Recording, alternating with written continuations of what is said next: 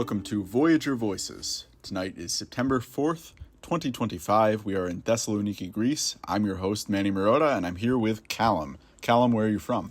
I'm from Guelph, Ontario. It's a small city just outside Toronto, in Canada. But you don't exactly sound like you're from Canada. Tell me about that. I do not. I was born in London, England, and we moved to Canada when I was 3 years old, so my accent stuck around. I have English parents who speak with the accents, and I've never quite felt the need to fit in, so I never felt the need to change. It's kind of a superpower that you have. Did it make you more popular in school? Not at all. I was so stubborn, so reticent to change, and still didn't quite fit in, even though many people have complimented me on my accent. Reticent is quite the vocab word. You must have carried that over from England. Or maybe the Canadian education system is actually quite good. Much better than the US, at least. I'm not going to comment No comment on the this. US. In general, no comment. So, you had quite the memorable dinner tonight. Tell me a little bit about that. Yeah, I stopped off at a place called the Cretan Cafe. It's like a lamb skewer with absolutely excellent sauces on it and this sweet caramelized onion on the side. Absolutely fantastic. Because I've been traveling so long, I tend not to return to the same place, but this is one of the few places that I am seriously considering stopping in back again for lunch tomorrow. And you're thinking of coming back to Thessaloniki just so you can try it again. Tempting. So, we were talking earlier about the internet and how it's been a little bit commodified. Alan Watts had a quote once that anything that becomes popular invariably lowers itself in quality. And you agreed with that a little bit, but you had a different word for it. Can you tell me what that word is and what it means? Yes, in shitification. And essentially, as something gets more popular and as it gets larger in appeal and larger in scope, eventually it will turn to shit. The general notion is that a website or a service will start with a very particular goal in mind. And for this, let's talk about Reddit, because Reddit is something common enough that people will know. Started off as these small communities with relatively insular moderation teams where there wasn't so much the overarching moderation of the whole site.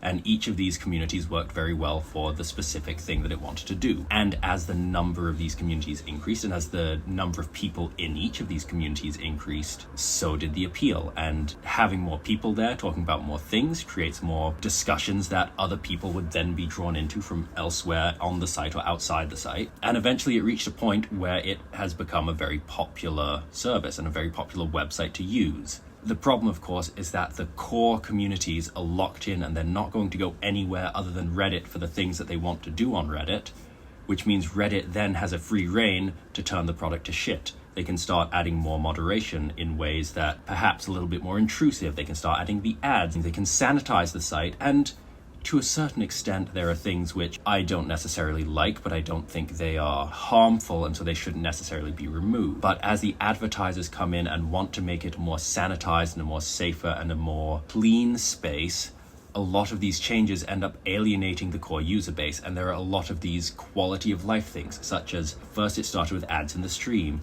and then dashboard as you're scrolling through the site, and then they added ads disguised as posts. And now recently they've added ads which are just in the middle of the comments. And it's these things which degrade the user experience. But because the core user base is so tuned in and they're so locked into the product, they're not going to leave, and there's not the momentum until it gets phenomenally bad that people start leaving in droves, that people will then actually start to leave it. And so for now, it's simply a worse experience for everyone but the advertisers that nobody can really break away from.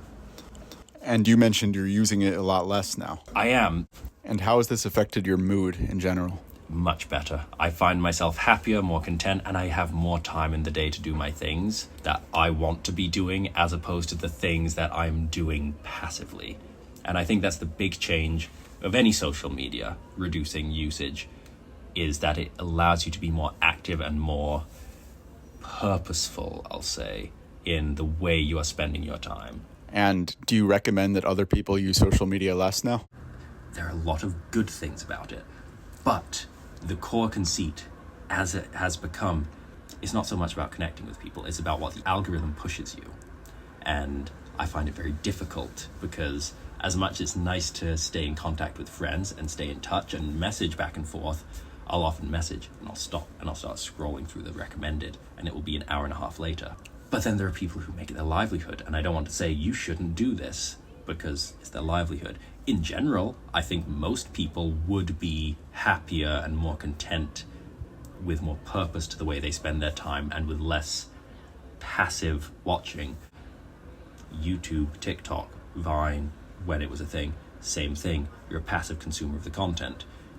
So your life outside social media has been quite nice. It has. I have spent the last 2 months on the back of my motorbike traveling Europe. And your bright red Honda motorbike. Bright red Honda, and that's not something you can do while scrolling social media. I am on the road for up to 10 hours a day. So I just simply don't have the time. But I'm doing a thing, I'm actively choosing to ride, and it's actively engaging me in a way that social media doesn't. But yes, tomorrow I'm hoping to take a walking tour, head back to the Cretan Cafe, find perhaps a couple of other good restaurants. I'm very food motivated, and one of the great things about travel is seeing all the other places that you can eat that are nothing like the food back home. Well, the way you described the Cretan Cafe, I hope to try it tomorrow as well. I highly recommend it. You'd not be disappointed if you do. Excellent. Well, Callum, thank you for your time this evening. This has been Voyager Voices. Remember, always, VV. Thank you, Manny.